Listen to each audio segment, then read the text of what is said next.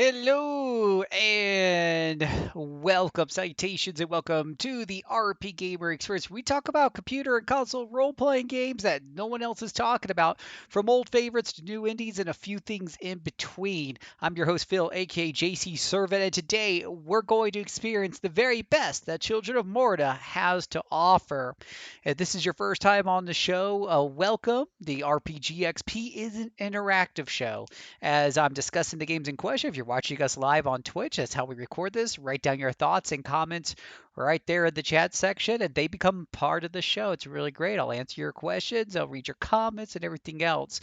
I read as we go along. That's right. You, the audience, are part of the experience, the RP Gamer experience, right here on Twitch. And if you're watching on YouTube, don't fret. You can always leave your comments down in the comment section, and I'll do my very best to answer those. And it's just super exciting because if you're with us tonight live on Twitch, you are on the road to 1,000 with us. We are on the road to 1,000 followers. Last time I checked, we had 916 right before the recording of the show.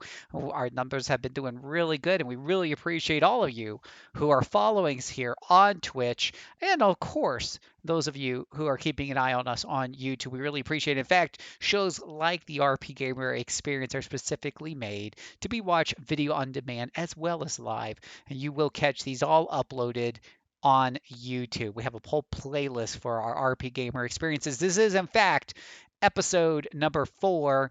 It's number 7 if you count the 3 pilots we did ahead. So we have been working through these in our first season, the Age of Dragons, as we like to call it, because as part of the season, I'm working through the Dragon Age games. And if you're watching us Monday through Friday night, most of those nights I do in fact play Dragon Age. But tonight we are here to talk about Children of Morta. You can see the information right there, on the screen. Children of Morta was initially released on September 3rd, 2019, developed by Dead Mage. This was released on the PlayStation 4, the Xbox One. You got it on Windows. You even got it on classic Mac OS. You got it on Linux, and you do have it on your Nintendo Switch system. And this runs $21.99 at full price on Steam, and it is an action hack and slack roguelite. Roguelite. I shouldn't say roguelike. It should be roguelite. Quite one little letter makes all the difference there. If you're big into rogues, you know what that one letter difference means. But that is what we are playing today and taking you through. In the RP Gamer experience, it's not quite a review, but it's not quite a Let's Play. It's something that's in between. We kind of give you a good impression of the game, take you through some of the gameplay mechanics, and help to introduce you to the game and share some thoughts and some hot tips. Those will be coming up later. But first, let's tell you people ask me, what is Children of Morta? Well, let me read to you the description that the developer has taken the time to write out for us. Children of Morta is a story-driven action RPG about an extraordinary family of heroes. Lead the Bergsons, with all their flaws and virtues, against the forthcoming corruption. Will you be able to sacrifice everything to save the ones you care for? Children of Morta is an action RPG with a roguelite approach to character development, where you don't play a single character, but a whole extraordinary family of heroes. Hack and slash through hordes of enemies in procedurally generated dungeon, caves, and land, and lead the family of Bergesons with all their flaws and virtues against. Whoops, I just think I jumped somewhere. It's kind of repeating itself there. Um, Gameplay wise, it's a unique mix of action adventure RPG, roguelite, and hack and slash game. By leveling up, you develop not only individual characters but the entire family. There's no permadeath, and you can change family members in between dungeon runs.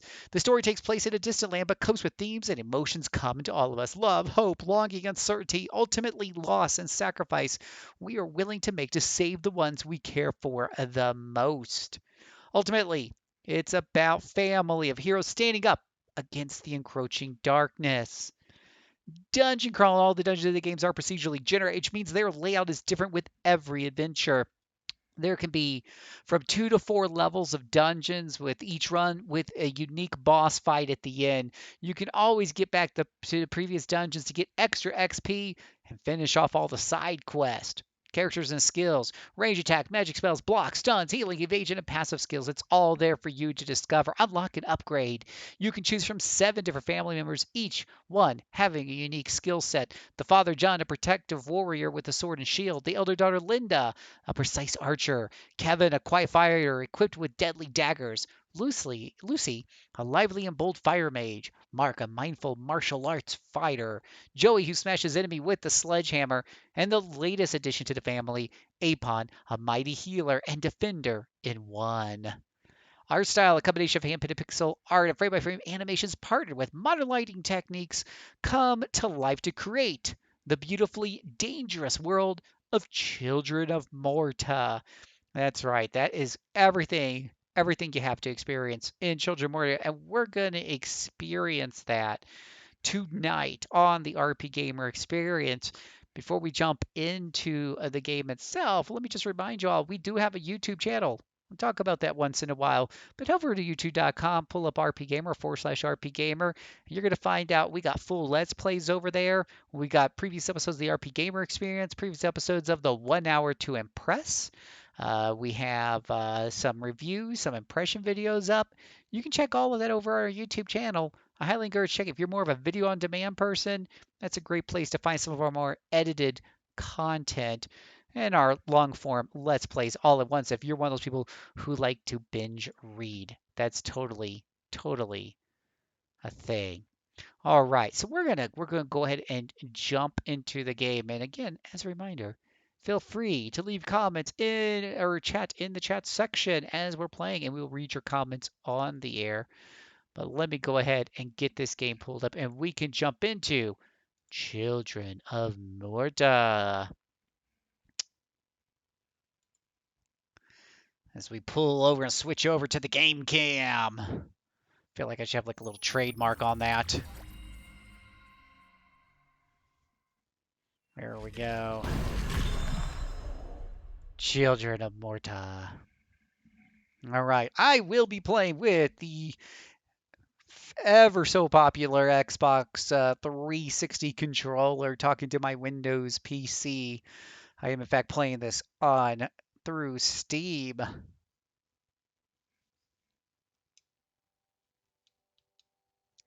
We will get this guy started once. Uh-oh. There we go. My controller had me worried for a second there. Live recording, and the controller decides it does not want to connect. Now, first of all, of course, I don't have to tell you. A picture's worth 1,000 words, but you can already tell before the game starts how pretty it is. Really well designed pixel art. If you watched me a lot, you know that I have opinions about 2D graphics and pixel art, and there's developers who I feel like take the time out to do it right, and get the talent that they need, and other people who just looks like it's a single person developer, which is fine if you're just a single person developer, but I don't want all my games to look like that. I want them to look nice and pretty, like you hired a professional artist. That's what you get with the Children, where you see it right here. This is the house, and this is where those roguelite elements come in, because you will obtain currency during your dungeon runs, and you can come back here and click on these various type of upgrades to upgrade the party. You can see there at the top I have 3,700 gold, and this is a place where you can do it. You can upgrade, the effects of beneficial things. Obelisk, for example, usually give you a bonus in the dungeon, and this increases how long they last, right? The obelisk duration goes up from 140% to 180%. This one unlocks runes for various slots, increases runes durability, a nice little upgrade to buy right there. Helps to make your future runs just a little bit easier. None of these are really earth-shattering, but they are there, and they do make your future runs a little bit easier. Including like this one right here actually increases. It's expensive, and I've already put some money into it, but increases your dodge chance when a monster attacks you, of course. If you don't run out of the way fast enough, you got a chance to still ignore the damage because basically your character dodged out of the way. So those are your main upgrades in the house. There might be some others later in the game. I've gotten through, I would say probably maybe halfway through the game. I'm not really super sure. But you do have a codex in here that will go through a lot of the stuff. As the description alludes to, there is a bit of story. Most roguelikes don't have a great story, but this one does, and some of it's very touching. It's also got a little bit of Bastion thing where a narrator will come in and narrate for you with a deep voice some of the time. So that's also interesting. If you're just joining us, welcome. My name is Phil, aka JC Servant, the Utah Polygamers with RPGamer.com, and we are giving you the experience, the RP Gamer experience with Children of Morta. Right? So there's 3 different areas. I've uncovered 2 so far. Kind of keep this simple. We'll choose one of the easier ones. So I don't embarrass myself too much during the live recordings. We show off some of the gameplay. They mentioned before there's 7 family members. I have unlocked 6 so far, but I have leveled them up quite a bit. Each character is leveled individually, and this is another roguelite element of the game. Is character progression is permanent in how they gain their levels. So every run will be easier than the last because you're going to level up characters and they're going to get, more skills and the such. I like Linda the most. That's why she's the highest level. So we'll go ahead and pick her and get into the dungeon with her there. Now, there is a benefit to leveling all the characters, and we'll show that off just a little bit. The game encourages you to play with the entire family, but you take them in one at a time. And we kind of got the, on this one here, on this character here, we do have the twin stick controls going on. And she can walk and she can shoot at the same time, which is one of the reasons I like her. I think that's pretty neat. While I'm thinking about it, let me go ahead and show off the leveling progression here. So as you gain levels, you will earn essentially skill points that you can pour into these different upgrades, whether it's increasing her critical damage or giving her secondary skill or leveling that up, or whatever that may be. There's various things you can upgrade here. But what's interesting is as you level her up and you unlock the ability to purchase higher tiers, you'll also notice that these early ones become unlocked. The first column here, these are actually boons that help out your entire family. So let's see. So like this one here, we move as one. The family that moves together stays together, increasing the entire family's movement speed. So by getting Linda here up to level 4 or whatever that may be, you get 5, whatever it is. You unlock this boon for the entire family. So it helps you in all of your future runs, which is really pretty neat. I think that's a good thing. That's a cool thing. Yeah, it's very roguelite light element that you would kind of expect from a roguelite game. So we'll go ahead and show off the actual gameplay itself. We got a bunch of bad guys here. Dodging is on a stamina system. You see the red bar below the character there. That's her stamina. And definitely something you got to pay attention to. Of course, it helps if you dodge perpendicular to the enemy fire and not along with it. I will say I prefer a ranged character over the melee characters because I don't like getting close to the monsters to begin with. I find that very helpful.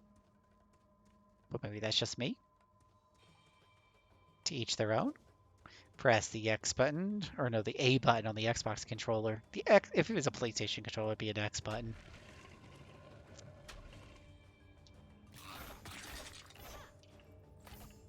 You can die, you can die, you can die.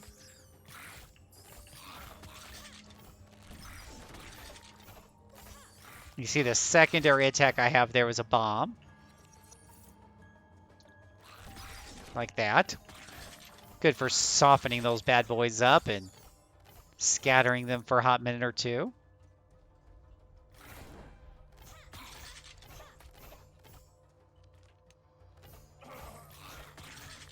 She does have a bit of a stamina bar, a blue stamina bar on her bow shot there. Each of the family members have different mechanics, and with her and her bow, she is limited in how many arrows she can fire in a row without a break. They don't run out too often. I'm sorry, let me rephrase that. It's a limit to how much she can shoot and move at the same time. She can stand still and shoot all day long. It's when you're moving and you're doing that at the same time that's a problem. You can see on the map, there's little heart symbols. That's because I have lots of healing potions lying around. Usually with other characters, I have to suck those guys up because I'm constantly taking damage. With her, it's a whoa, don't stand in the green stuff though. With her, it's a little bit easier to get through without too much healing.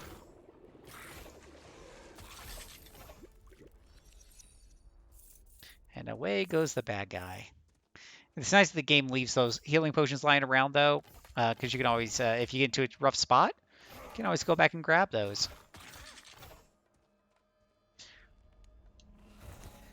We got an obelisk of quickness, so now that's that obelisk upgrade we were talking about earlier. So now, ooh, did not dodge out of the way fast enough. But now we can get around faster.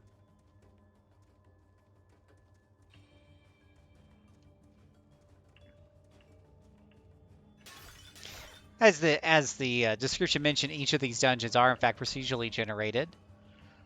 Oh, and hey, we've already found the exit to this particular floor. But like most of these roguelikes, you do want to take your time, explore the floor, get all the goodies before you move on. Get all the currency you can. Collect any last healing potions if you're not completely full of health. There are traps. I think that was one of them. You gotta be careful around those traps. They will, in fact, sap your health. But they can occasionally be used against the enemies. It just depends on the trap.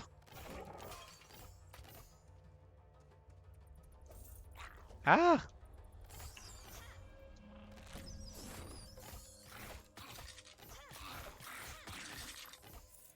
Yeah, I do like her with the bow, though.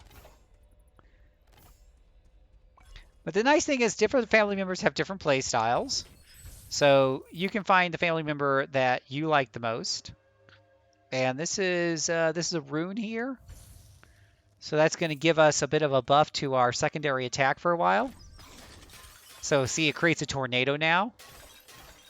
That is limited. That was one of the buffs you could buy, permanently upgrade that to where it lasts longer. Because runes do have a limited durability.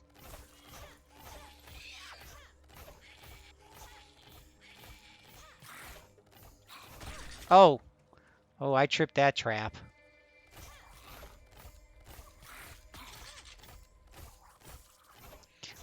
I personally recommend that newer players give Lucy here a try first. And then, I mean, for me, the other characters can be fun, but I basically just level them up to unlock skills for me to do final boss runs with her for the most part. I have won bosses with the other characters on the occasion, on some of my runs. But like any roguelike, you're going to find, with the roguelites, especially the lights, you will find that your early runs are always particularly difficult. And this game gave me some challenges on my first number of runs. So bear that in mind if you're easily frustrated like I am, because I'll be honest, I'm not a mature person. That might get underneath your skin at first. But, you know, it will get easier with future runs as you unlock, various upgrades with the family. That will just get easier and easier. At the end of every dungeon, so this is the exit out. If I go up there, I exit out. There's usually a side room that has a shop or some sort of upgrade. Let's see here. Chance to fire a projectile in different directions upon being hit. So this is a Divine Grace. Basically, these things are like the artifacts in Slay's Fire. They're permanent bonuses for the rest of that particular run. And that's where a lot of the procedural generation is coming into play. You just never know what you're going to run into with each of these runs.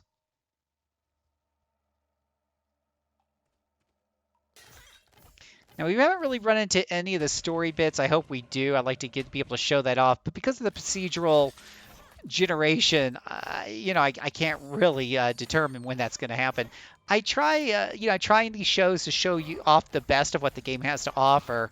It'd be kind of a shame to do this and not have some of that storytelling in there. So we will certainly aim for that, but unfortunately, sometimes procedure generation means you could play for a while and not come across a story event. Let's see here. Take care of this guy here. Damage received is reduced.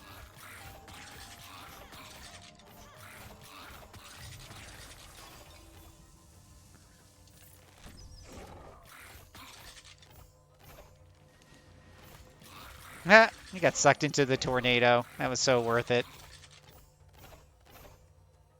We also have a rage mechanic you see over there on the right-hand side, or left-hand side, I'm sorry. And you're seeing there's a big red shiny thing next to my character's icon. That rage gives you extra speed, attack speed, and everything else for a hot minute. Great for bosses.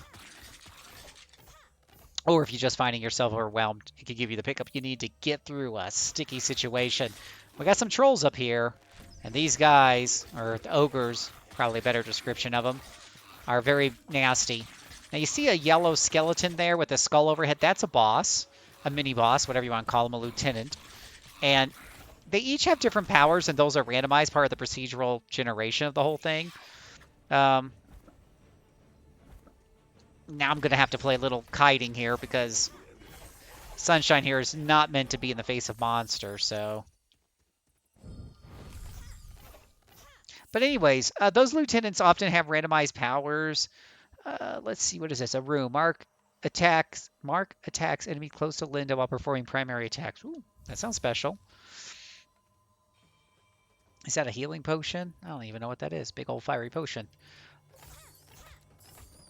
But yeah, the lieutenants have, they pull from a random pool of powers.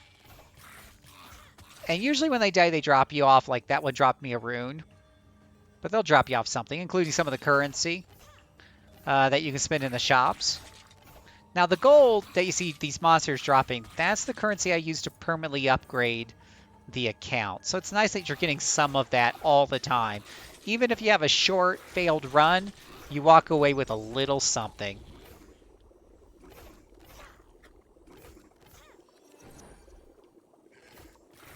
I like my little music stun attack there.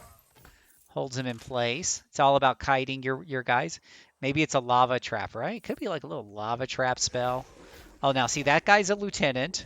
So he's spawning green pools. That's his special power because normally ogres can't do that. And, ooh, he dropped something shiny. Let me take care of the skeleton. We'll see what it is. Divine gift charm. Drop a divine item. Divine gift added to drop a divine item. Okay, drop a divine item. What is this? Yuki the Seal. A protector that provides armor and occasionally negates all incoming damage. Well, hook a brother up. Yeah, buddy. So that's gonna and just like most of these rogues, man, sometimes RNG can really make or break a run, and that's a nice boon to have for the run. This is the this might be the exit to the dungeon? No, it's just a separate room. What's this? Divine Relic. Reset the cooldown of all your abilities and feel up your rage. So we've got a new ability we can use there on the right-hand side with the right bumper button that can help us out in a pinch. It does become a lot to manage at times. I'll be honest, I hardly ever remember that right bumper skill in the heat of the moment. I'm usually too busy just screaming for my life, I'll be honest.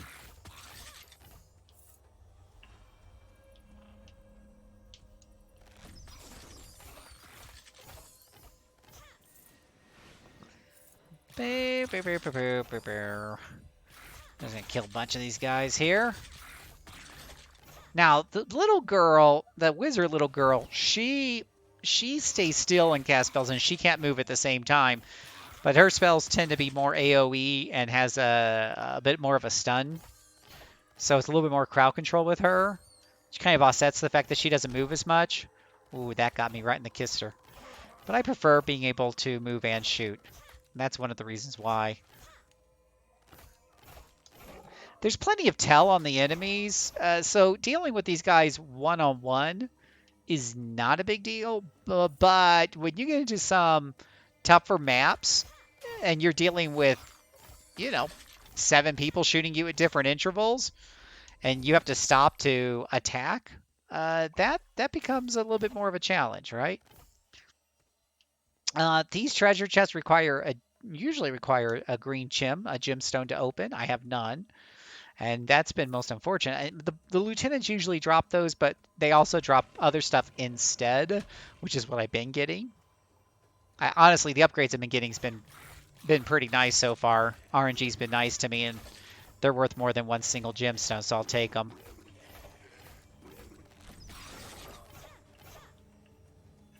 With her, I get used to doing the claw hand because I need to press Y to activate that special attack. So I kind of do the claw hand to hit that button.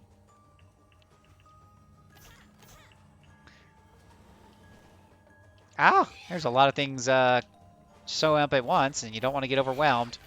She isn't exactly an AoE attacker, so lots of enemies means a lot of arrows.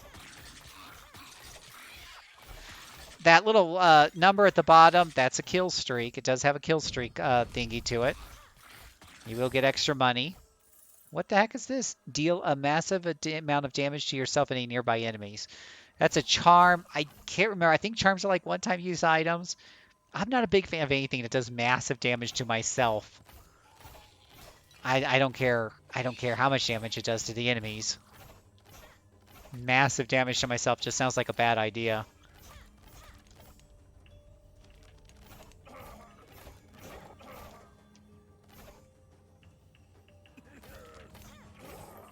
A lot of archers just standing around here today, waiting to be shot.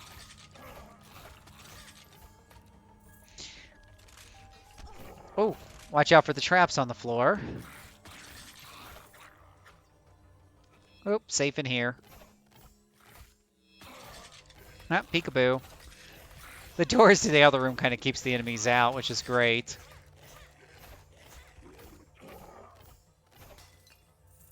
Money, money, money, money. Let's see what we have here. Steps were taken without regret, for it was never possible to change a destiny unknown. I'm glad you guys at least got to hear the Bastion narrator. There's some of these side rooms that are like little side stories that move the overall plot or character development, and they just pop up from time to time. And then there's these puzzle rooms like this. If you hit the right button, you get a little gift. But he gave me a little Bastion narration at the beginning. Rune. I think I already got this rune, so I don't know if I can. I don't think I can get the rune again. Don't think that's a thing. Oh, it just recharges it. Okay, and that was a healing potion. So, yay. You do have your little mini-map there in the upper right-hand corner. You can expand that. So if you're ever feeling lost in this procedurally generated world, it's not too hard to get your bearings with that. Moogle, how are you doing tonight, bud? It's good to see you. I hope you're excited, Moogle. We got a special surprise tonight. I don't know if you follow my Twitter or not, but I did announce that we're going to have a special surprise after the RPGamer experience night. Hey, now what's this? I don't think I've seen this before. Let's find out what this is. Pelagio the Odd, the feathers upon her head appearing as a crown. Oh, hell, Failure after her. To catch her, a desired object would be given. Oh, great. I hope I'm going the right way. So, this is one of those randomized events. You chase after. I'm not trying to linger. Open up the door before these things kill me. Oh my gosh, everything's going to kill me. Oh, whoa, whoa, whoa, whoa, whoa, whoa, whoa, whoa, whoa, whoa, whoa. So you're trying to keep up with her and not get killed along the way. Whew. Say, that was a cool little random. Cornered in this game of cat and mouse. Yeah, it's cool that there's little footsteps along the way, right, Moogle?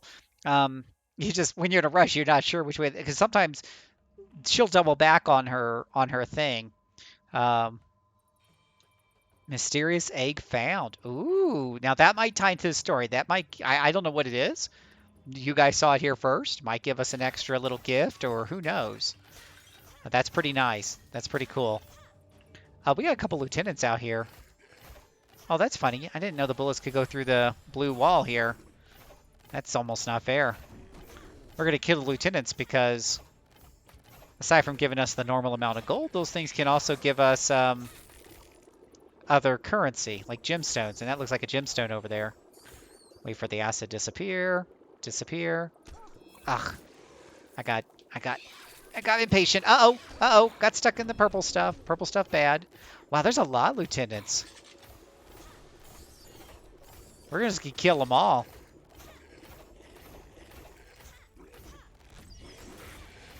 We got a little tornado for everybody here. That's how you get rid of a couple of guys real quick. Wow. It's a Topagi, or Topagi. I forget how to pronounce that. I know what you're saying. Topi. I can't pronounce stuff. Let's see. Mark attacks. Ooh, primary attack releases 3 arrows at a time. Look at that. Now we have spread shot for as long as it lasts. For as long as it lasts. Yeah, that was one of the many random events that could pop up. And random items. I mean, one time I got a pet dog out of these things. You just never know what you come off. But it's really well done. Really well done. Let's take a look at the map here and find out where we gotta go next. I gotta go to the left, it looks like, so we'll head over in that direction. Let's go ahead and grab the little health while we're over here. Top off our health.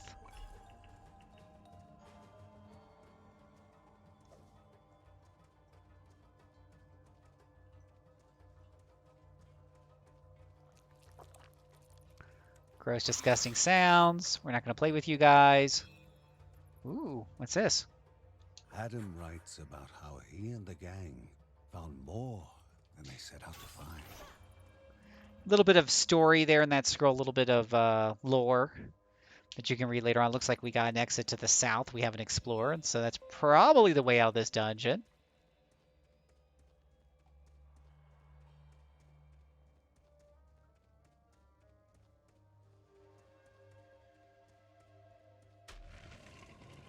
Great. You know, I'm having a good day when the pop-up says Windows 10 service is going to end its... Oh. The shopkeep said he would like to offer a discount for his rescue, but there have not been many customers lately. Yeah. Windows is like, you need to update or you're going to reach the end of your life. Remember, Windows is a service. Yay! It's so cute. Windows is so nice. Grant you temporary shield that will protect you from damage versus resetting the cooldown and filling up your rage. So you can switch out that if you can buy it, but that costs 3, and I don't have 3. I don't have 3. I have 2. A charm increases gemstone drop chance, increases more of drop chance. I replace charm I already have. Don't want to replace a charm. Rerolls runes. Meh. Don't really have anything there, but that's what the shopkeeper looks like. You'll run into him sometimes. Feel free to destroy all of his jars, and occasionally you might get some extra gold out of it, right? Go on to the next floor when you're ready. This might be the boss floor, if I'm not mistaken. We'll see. I want to show y'all off a quick little boss fight here, so we might get one of those. Nope, we got one more dungeon run. I'll try to make this quick. We'll just try to find the exit and stay focused, because we did get to see... Something more sinister would be appearing soon. Yeah, I'm sure it will. Uh-oh. Got a little story event here. The camp lay in ruin. Uh-oh. Serene prayers had fallen on deaf ears, leaving a voyage of hope with none at all. Oh, that's disturbing. The monster's eyes lacked remorse, or even the slightest hint of reason. Oh, well, that's not very nice. We're just gonna have to show him who's the justice warrior around here is. No one can always be there in time. A sad truth that no hero learns easily. Ooh. So apparently that gave us another one of those artifact thingies. They call them divine graces. I'm used to calling those artifacts. Play too much Slay the Spire. What's this? Found an item. Playing ball. Ooh, something else to take back to the house, it sounds like. Had they only been quicker. So, yeah, I set them on fire because I dodged them right at the right time. Air was still with energies coiled and ready to let loose. Create a totem that slows down enemies versus what I have now. Again, I always forget these darn things, but sure, let's give it a shot.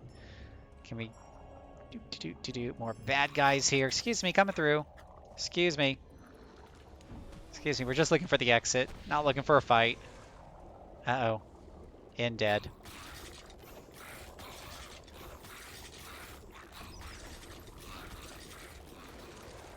Coming through, coming through. So yeah, if you just want to blaze through everything and just find the exit and speedrun this stuff, you can certainly do it. The only thing is you won't have as much gold for leveling up your characters, of course. Ooh, and you might take some pot shots like that. Uh oh, we got a lieutenant there.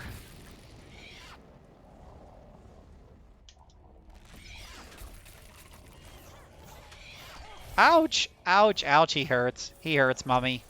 But he dropped a healing potion. Okay, let's pick up that rune. That's going to power up our attack. And I believe this is the exit to the boss. Got another shopkeeper. And we'll just ignore him and get to the boss. We'll see if we can do this without spending too much time with the shopkeeper. The early bird gets the worm, but the late hero gets extra loot. This is true. Oh, look, it's our puppy dog. This dog I rescued on a side quest, and now he shows up right before every boss. And you say hi to him, and you play with him for just a tiny bit, and boom, he coughs up a potion right before your boss. So again, that's one of those roguelite elements, right? He wasn't there on my early runs, and now he's there. We'll spin a gemstone. I think, no, that wasn't a gem. Some chests require a gemstone to open. That was not one of them. All right, so let's see what this boss is. The creature that now threatened the hero Oh, was a crudely him again. focused inferno Oh, of the hatred and oh, malice. he is Malice. Whoop.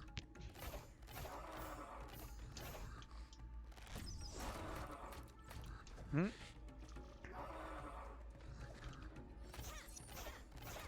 If one raging beast was not enough, Oh, it's enough. surely Trust me, it's two enough. Oh, oh, oh, oh, oh, oh, ow, ow, it hurts. It hurts so much. I'm not timing this very well, am I?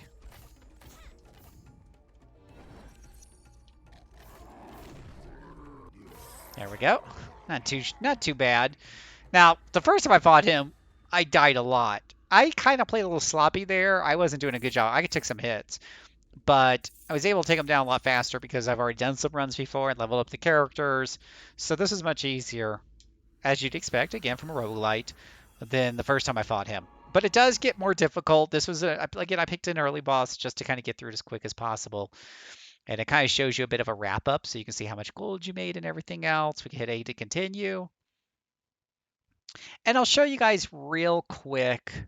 We've already been through some level up mechanics. Oh, new souvenir has been added to the house. So the ball I found has been added to the house. I don't know about the egg. I don't know what happened with the egg. But I said a new souvenir has been added somewhere.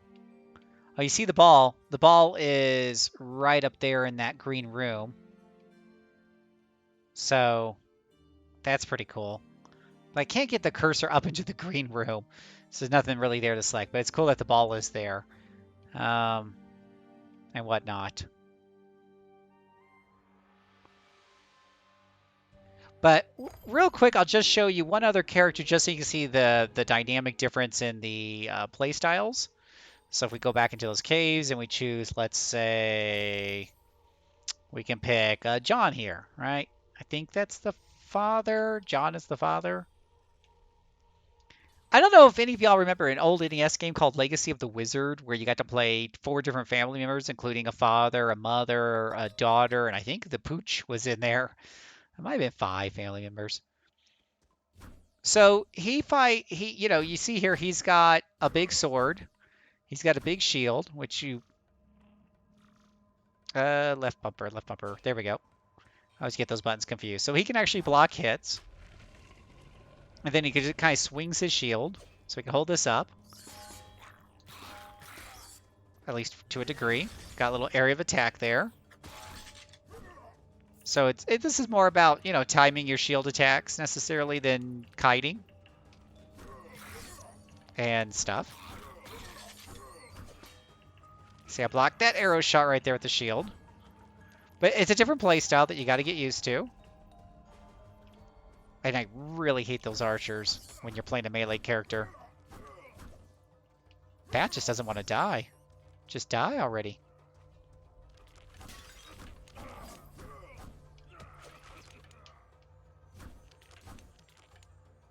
Let them shoot. Oh, but you gotta watch your shield bar, because if it breaks, you're out of shield stamina. But yeah, he's a different character, and as you can tell from the number of hits I've taken early on, I'm not as good with him as I am with the kiting archer. But that's the cool thing about the game. There's a lot of different game styles and stuff to pick from, right? And you can pick the character that kind of fits your gaming style, and that's pretty neat. That's pretty neat. So let's do this. So let me time for our next segment, which is five tips. What are 5 tips that I have after playing? So you are not required to use all the characters in some way. You're not. This is a question, by the way, for those of you watching on YouTube. Question that came up in the chat. Are you not required to use all the characters in some way? The answer to that is, as far as I've told, playing the game for about a dozen hours or so, you're not forced to use any one particular character in each scenario. However, as you level up each character, and each character's levels are separate, right? And the more you play a particular character, the more that character will level up. But each character has certain buffs for the rest of the family that kick in at certain level thresholds. So Lucy, for example, when she hits level 5 or 4 or 5, she'll give everybody a boost to their movement speed. And then the father, when he hits level 4, he might, for example, give everybody a 5% increase to their defense. So the game incentivizes you to spread the love and play the other characters and level everybody up to the higher levels, which will take you some time. But there is a benefit to being a polyfamilyist. I totally love to take the word poly and put it in front of everything because I'm a polygamist. That's what we do. But yeah, no, it's really cool. Yeah, it's a great mechanic that I think it positively gives you encouragement to play the other characters. I will tell you, there's some characters that I personally don't like their play style, and I normally wouldn't play them. But then I remember, you know what? If I play them, I'm gonna level them up. I'm gonna get some more buffs for the character I do like, and I'm earning gold the whole time to spend on the permanent upgrades that I want anyways back at the house. So there's several positive incentives, and even your failed runs, you're still learning that XP and you're still earning that gold. So why the heck not, you know? And you'll come across those random things. Even if it was a failed run, you might have come across some of those random things that can help you out, like finding the dog. You didn't have to win the run in order to find the dog, right? So because he was just a random event that popped up. So my five tips. Here are the five hot tips. Number one. You're gonna want to work on avoiding damage. The healing potions that pop up aren't always plentiful. They're sporadic. You don't want to really count on them, so damage mitigation is important. Learn the different characters, but especially the ones you use most during the bosses, and get really familiar with them. Take your time. That's fine. It'll help you out. And number two, do experiment and level the different family members. I just explained why leveling family members is mechanically beneficial for you in the buff category, but you also might find that a different style that you thought at first wasn't your flavor of the day, that actually that character grows on you, that their playstyle grows on you. So give it a shot. But number three, this is what I do in Monster Hunter. Choose the right family member for the job. Choose the right family member for the job. So that first boss that I showed you, the one who charges across, I had some trouble with him with the first character I played. I did 2 or 3 runs, would always get to the end just to have, those demon charging creatures kick my behind. But then I played a different party member, and I don't think it was the archer lady. It might have been the guy with the sword. And just the fact that I could block and just wait for the charge and counterattack was a better fit for me defeating that boss. I it really I don't think the bosses, I could be wrong on this, but I don't think the bosses change up all that much. Like if you go to a particular map, it's going to have the same type of boss at the end. So you can use that to help give yourself a little bit of a leg up with some of the tougher fights. Number four, be patient. It's easy to get aggravated. It's a tough game, but the more you play it, the more you'll get better at it. And it's a roguelite, so the easier it will get. Which brings me to the final tip. It's okay to fail. This is a roguelite. So if you've heard my speech on roguelites before, you know that generally speaking, and from a game design philosophy, they tend to be even more difficult than roguelikes, actually, to some degree. Some of them are even outright impossible for the first few runs. Because as roguelites, you're going to unlock upgrades with every run, including the failed runs. You're getting something that's making your future runs easier and easier. You're getting some permanent level ups. You're getting some permanent stat boosts. You're getting, items you can carry over to future runs, things like that. So it's okay to fail. That's just the time for you to soak it, enjoy it. It's fine. And just use that to level up your character so that you can have more successful runs in the future. So that's my 5 hot tips for Children of Morta. Before we go on and get to the final segments here, I want to just take a moment to encourage everybody to come out and check us out on Twitch. If you're watching us on YouTube, we do a lot of live streaming on Twitch at rpgamer.com. I'm personally on there Monday through Friday night, most of the time around 9:30, 10 o'clock Eastern Standard Time, PM, by the way, on the evenings. We have pause every morning, just about. We have Scardew Valley on Sunday mornings, and we have the RPG Cast on Saturday afternoons at noon. We have a lot of different shows. You can check out our schedule over at rpgamer.com. It's in the lower right-hand corner. We usually try to keep the Twitch schedule updated as well. But come out and check out, some of our live shows. We'd love to have you in there as part of the chat. We love to interact with you. That's what this is all about. So, this brings us to our my final thoughts, and if you have any final thoughts about Children of Morta, guys, in the chat, now's the time to get those in as I go through what I like to call the sandwich. So, the positive. This is a positive sandwich. I have a negative sandwich. Believe it or not, we occasionally do a negative sandwich. I think a positive sandwich has bread, meat, and some more bread. Negative sandwich, meat, bread, and meat. It's just ugly. It's just ugly. You don't want an ugly sandwich. So, the positive. The game undoubtedly has tons. It's oozing style. It's got great art style, animation, loads of personality, and it's got that Bastion-like voice in the background. I swear they hired the same voice actor. It's one of the few roguelikes out there with a story, along with Hades and the such. And like Hades, it does this pretty well. I don't I don't know if I go out on a limb and say it's on the exact level with Hades in terms of those elements, but it's really up there. On the negative side, again, this can be for people who are easily frustrated, especially with action games or dying a lot. This can create some frustration. Difficulty spikes, especially, will pop up at places, and it's something you kind of got to get over. It's not unusual to sit there and go through a run and have not too much problem with the little guys just to run to a boss wall or something and feel like you've been blindsided.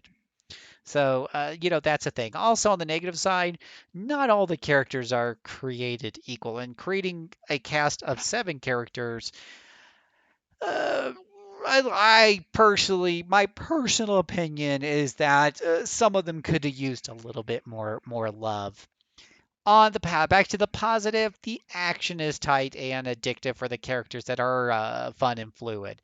I think fans of action RPGs who like more dodgy, twitchy, RPGs, will find this very addictive. In a way, this is kind of on the opposite end of the spectrum of something like Diablo. So, because people look at this game, oh, it's Diablo. No, actually, I kind of see these guys on two ends of the spectrum because with Diablo, my reflexes and stuff aren't really that important. I'll take hits all the time. It's just partly there's just too much going on at the screen. Of course, if there's some big damage coming in, there's a big pool of acid you're going to want to run out of that. But for the most part, your main form of defense is your gear. Your main form of offense is how well are you geared up and just how well you can pull off those combos. But you're just speed, right? On doing those repeated runs with gear and speed. In this game, You do have, you don't really have gear, but you do have some statistical benefits from the roguelite elements who that are helping you on the future runs. But by far, the main determining factor is how well you play your character, how well you dodge those attacks, those incoming attacks, and mitigate the damage and get out of the way, and then use the opening for counter attack. The action there is going to be it's really kind of tight, and you got to hang with it and get good at it to handle the action later on. The roguelite elements will help you out the more you play, but I definitely feel like that in this game, you're not going to wake up one day and go, oh, I just cruised past the last boss because I spent a lot of time leveling up my characters and stuff. It'll help, but yeah, ultimately you're going to have to also get good and learn how to dodge and counterattack at the right time and keep your distance when you need to. So that's really good for people who are more addicted to those quick Dark Souls type of, quick action nerve reflex type of gameplay. So that's my final thoughts for Children of Morta. I definitely recommend it. It's a high recommendation for people who enjoy any sort of top-down, isometric, old school action twitchy type of game with some good RPG elements to boot, and the roguelite helps out. So go and check it out, Children of Morta today. If you're watching on Twitch, you'll want to hang on after the credits because I'm going to be playing a new game, Dead Age 2, if I remember that name correctly. I'll be playing for a special episode of 1 Hour to Impress, so you'll want to stay on for that and maybe check out a new our roguelite RPG you may have never heard of before. I don't hear a lot of people talking about this one, so we're gonna check out survival zombie roguelite Final Fantasy like combat system all wrapped into one and whatnot. And I think that's about it. As a reminder, the RP Gamer experience is a production of rpgamer.com, your source for news, reviews, and home to the best gaming community on net.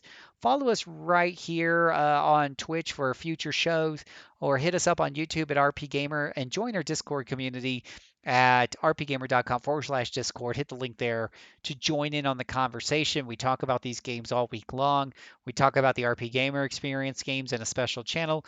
We'd love to have you there and help shape our future shows. Hopefully, I'll get another episode of this. I know I've been a bit sporadic. I think I missed a date or two of normal shows. Unfortunately, real life is a thing, and it's been pretty busy lately. But we'll hopefully be doing another show here real soon. And I believe it's on Saga Scarlet Grace, if I'm not mistaken.